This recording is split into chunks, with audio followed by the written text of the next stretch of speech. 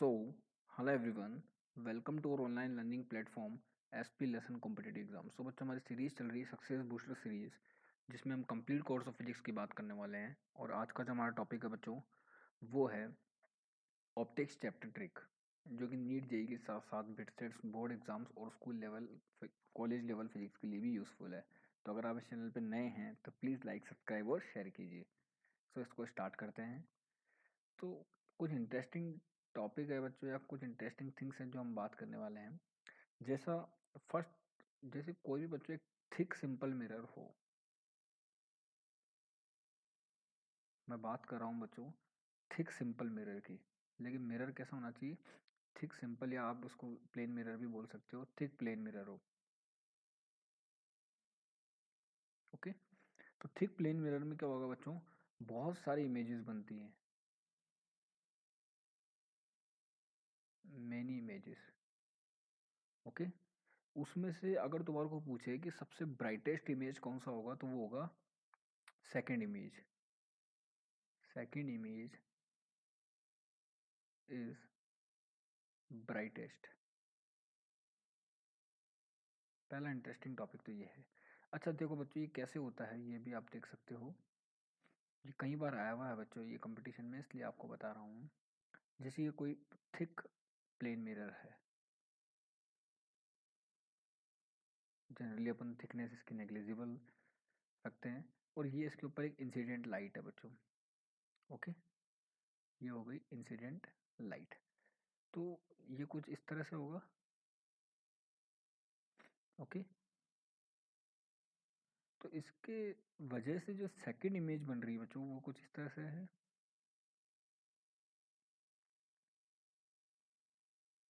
Okay, अगर मैं इसकी इंटेंसिटी 100% रखूं, तो ये यहाँ पे 10% हो जाएगा।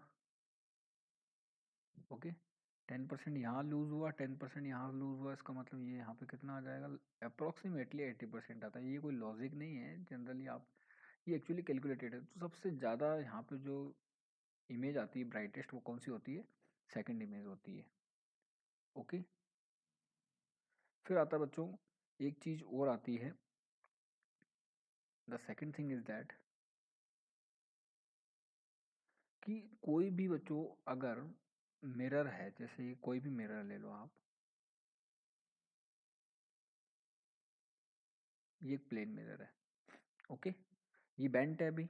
ओके, तो किसी ऑब्जेक्ट की पोजीशन को अगर आप शो करोगे, तो जो ऑब्जेक्ट की जो आप डिस्टेंस लोगे, वो मिरर से परपेंडिकुलर लेनी है आपको।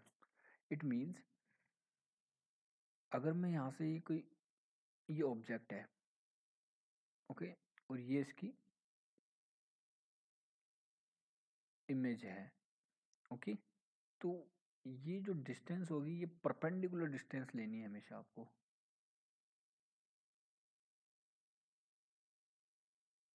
ओके, इट मीन्स ये परपेंडिकुलर डिस्टेंस दिख रही है आपको, ये हो गया आपका plane mirror M. It means O M which is equals to M I. Okay, ये करेक्ट है। लेकिन अगर आपने ये डिस्टेंस ले ली, जैसे मैं आपको बताऊं कि वही प्लेन मिरर है, बट इसमें आपने डिस्टेंस अगर ये ले ली, ये ऑब्जेक्ट, ये इमेज। ओके, हालांकि अभी भी आपको दिख रहा होगा कि ओ एम जो है वो एम आई के इक्वल है, लेकिन ये रॉन्ग है। डिस्टेंस कौन सी लेनी है आपको? डिस्टेंस लेनी है परपेंडिक्यूलर। ओके, फिर एक इंटरेस्टिंग टॉपिक और आता है, या इंटरेस्टिंग थिंग और आती है कि जैसे कोई कॉनकेव मिरर है। ये बच्चों रिजल्ट्स हैं, आपको अगर डायरेक्टली याद रह जाते हैं तो ज़्यादा अच्छा है, खासकर नीट वाले बच्चों के लिए। कि कॉनकेव मिरर में एक तो आपने देखा होगा बच्चों कि रियल ऑब्जेक्ट, ओके, और रियल इमेज, ये बच्चों नीट में आया हुआ सवाल है, इसको ध्यान से देखना कि कॉनकेव मिरर में रियल ऑब्जेक्ट और उसका जो रियल इमेज है, ओके, उसके बीच, उसके बिटवीन जो मिनिमम डिस्टेंस होता है, उसके बिटवीन मिनिमम डिस्टेंस, वो पूछा गया था। The question is that in the concave mirror, वो जो रियल ऑब्जेक्ट है और उसका जो रियल इमेज है, उसके बिटवीन जो मिनिमम डिस्टेंस होता है वो कितना होता है बच्चों? 0। Okay, it means when u equals to v equals to 2f। ये कई बार बच्चों कंपटीशन में आया हुआ सवाल है, ये ध्यान से देखना इसको, कि रियल ऑब्जेक्ट और रियल इमेज के जो बिटवीन मिनिमम डिस्टेंस होता है वो 0 होता है। ओके, फिर आता है, फिर एक मिरर का क्वेश्चन आता है, वो भी बहुत अच्छा है, कि जैसे कोई भी मिरर है उसकी फोकल लेंथ है ना, मैं मिरर की बात कर रहा हूँ, है ना, तो मिरर की फोकल लेंथ जो है बच्चों, एक तो उसके मटेरियल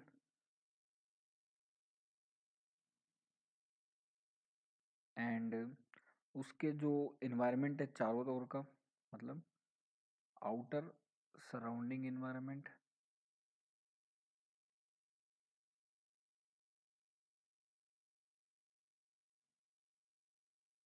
ओके, एक तो मटेरियल और एक आउटर सराउंडिंग इन्वायरमेंट, और जो इंसिडेंट लाइट है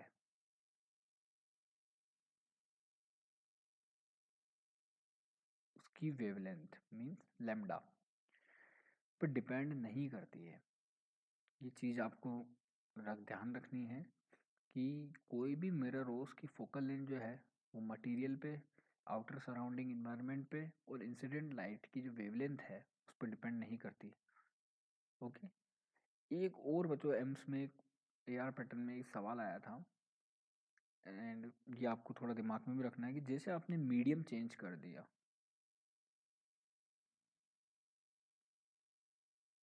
है ना, तो मीडियम चेंज करने पर मिरर की जो, कोई भी मिरर हो उसकी जो कन्वर्जिंग या डाइवर्जिंग जो पावर होती है वो चेंज नहीं होती है। कि अगर आपने मीडियम चेंज कर दिया तो किसी भी मिरर की कन्वर्जिंग या diverging power no change. Okay, medium change करोगे तो मिरर की कन्वर्जिंग या डाइवर्जिंग पावर चेंज नहीं होगी। ओके, समझ रहे हो बच्चों? फिर एक इंटरेस्टिंग क्वेश्चन आता है बच्चों, वेलोसिटी वाला। ओके, जैसे कोई ऑब्जेक्ट है,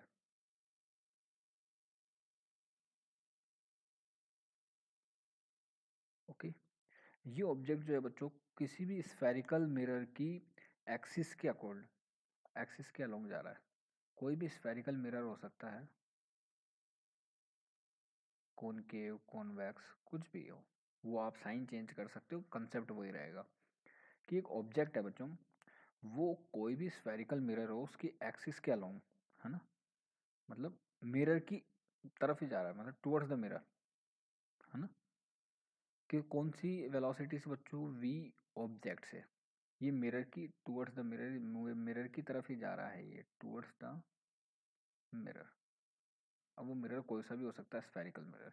ओके, तो इसका जो इमेज होगा, इसके इमेज को मिरर से जो इसकी स्पीड होगी, है ना, वो क्या होगी बच्चों? Far away from mirror. और वो स्पीड कितना होगा? You can find the velocity of image, ये डायरेक्टली यूज कर सकते हो बच्चों, ट्रिपल ई में भी आया हुआ सवाल है, minus of F upon U minus F whole square multiplied by V naught. Okay, but एक चीज आपको इसमें ध्यान रखनी है कि सारी चीजें क्या लेनी है? विद साइन लेनी है।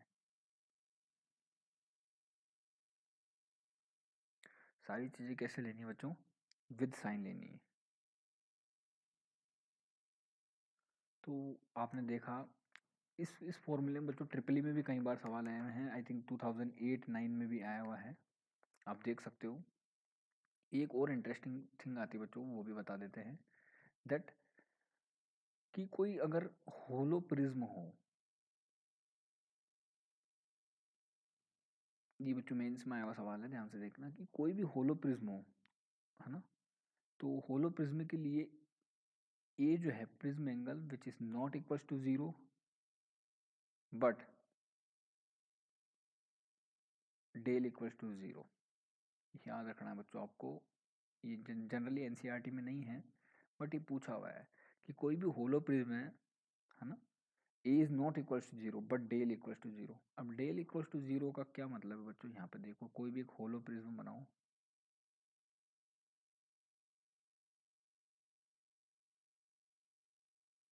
ये होलो प्रिज्म है बच्चों, ओके। यहाँ पर डेल जीरो है, इसका मतलब क्या हुआ, नो डेविएशन, ये डायरेक्ट जैसे थी वैसे ही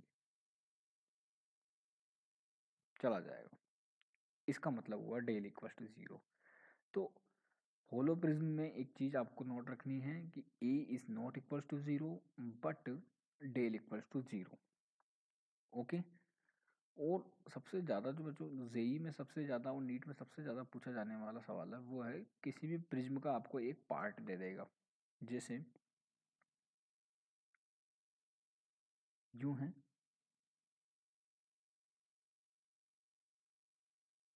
ये किसी भी प्रिज्म का एक आपको पार्ट दे दिया, ओके। जैसे ये 60 डिग्री दे दिया आपको, ये 70 डिग्री दे दिया, ऐसे कुछ कोई कुछ भी दे देगा आपको एंगल, है ना, कोई भी आर्बिट्रेरी एंगल आप मान सकते हो। तो आपको क्या करना है बच्चों, कभी कभी क्या होता है कि प्रिज्म का एक ही पार्ट आपको क्वेश्चन में गिवन होता है, तो इस तरह के क्वेश्चन को सोल्व करने के लिए क्या करो, पहले पूरा प्रिज्म बनाओ, उसके बाद सोल्व करो। लाइक इसको पहले ट्राइंगल की फॉर्म में कन्वर्ट करो, लाइक दिस, है ना। तो ये 60 है, ये 70 है बच्चों, तो ये कितना हो जाएगा, 50 हो जाएगा। अब इसको आप इजीली सोल्व कर सकते हो। तो कभी भी एक पार्ट दिया हो प्रिज्म का आपको क्वेश्चन में, तो पहले उसको पूरा प्रिज्म बनाओ, then you can solve the question, okay. अगर आपको इसी तरह की कोई और भी ट्रिक्स चाहिए बच्चों, तो मुझे कमेंट बॉक्स में बता दीजिएगा। पूरा रे ऑप्टिक्स के ऊपर अप्रॉक्सीमेटली 150 ट्रिक्स है। It's called fun fact, you can enjoy the lecture. Thank you.